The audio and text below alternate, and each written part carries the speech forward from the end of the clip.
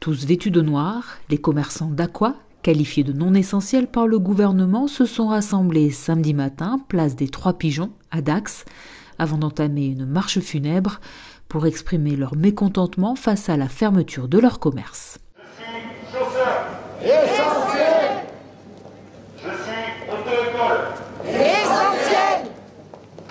Je suis coiffeur. Essentiel.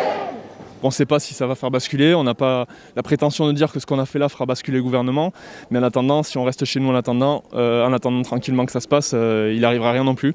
Donc aujourd'hui on a fait une démarche, c'était celle de se retrouver, de se réunir, de faire une action collective tous ensemble pour montrer un petit peu notre désaccord par rapport à tout ça, et on verra l'impact que ça pourra avoir ou pas, mais en attendant, il fallait le faire. Après plusieurs semaines de fermeture lors du premier confinement, ce deuxième épisode est plus difficilement acceptable pour les petits commerces déjà en souffrance. 8 semaines de non-activité au printemps, 4 semaines à la veille des fêtes de fin d'année qui sont une période cruciale économiquement pour nous. Ça veut dire que pour des commerçants indépendants, c'est financer des stocks d'été qui sont restés en magasin pour beaucoup parce que évidemment les magasins étaient fermés.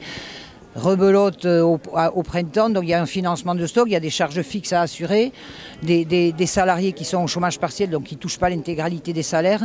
Donc c'est toute une chaîne économique qui est touchée. Les commerçants du Grand Dax se sont donc mobilisés en nombre afin de faire entendre leur voix. Près de 300 personnes ont pris part à cette marche pour dénoncer des mesures jugées injustes et incompréhensibles.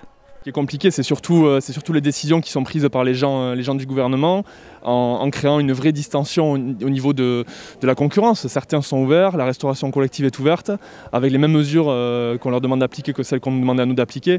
Donc nous, on ne comprend pas pourquoi nous, on ne serait pas ouverts. Moi, comme j'ai eu l'occasion de le dire aussi en préfecture, voilà, nous, on était peut-être les garants de la sécurité des gens, parce que quand ils viennent chez nous, les gens, il y avait la distanciation, il y avait les masques, il y avait le gel. Et aujourd'hui, les gens, on les a laissés dans la nature et on ne sait pas ce qu'ils font chez eux. Et au final, ils ne sont pas plus en sécurité regroupés à 10 ou 12 sans jamais avoir aucune geste barrière que chez nous à 6 par table avec des gels, des masques. Donc voilà, c'est de l'incompréhension et c'est un sentiment de colère et d'injustice. Les cafetiers restaurateurs ne devraient pas réouvrir avant mi-janvier. En revanche, les commerçants ont un petit espoir de limiter la casse avant les fêtes. Les dernières informations qui sont dans les tuyaux, a priori, on aurait peut-être une ouverture prévue pour le samedi 28 avec un Black Friday, donc une opération extrêmement importante en termes de trafic qui a été repoussée au week-end d'après auquel on pourra peut-être participer. Et donc effectivement, on attend cette ouverture avec impatience.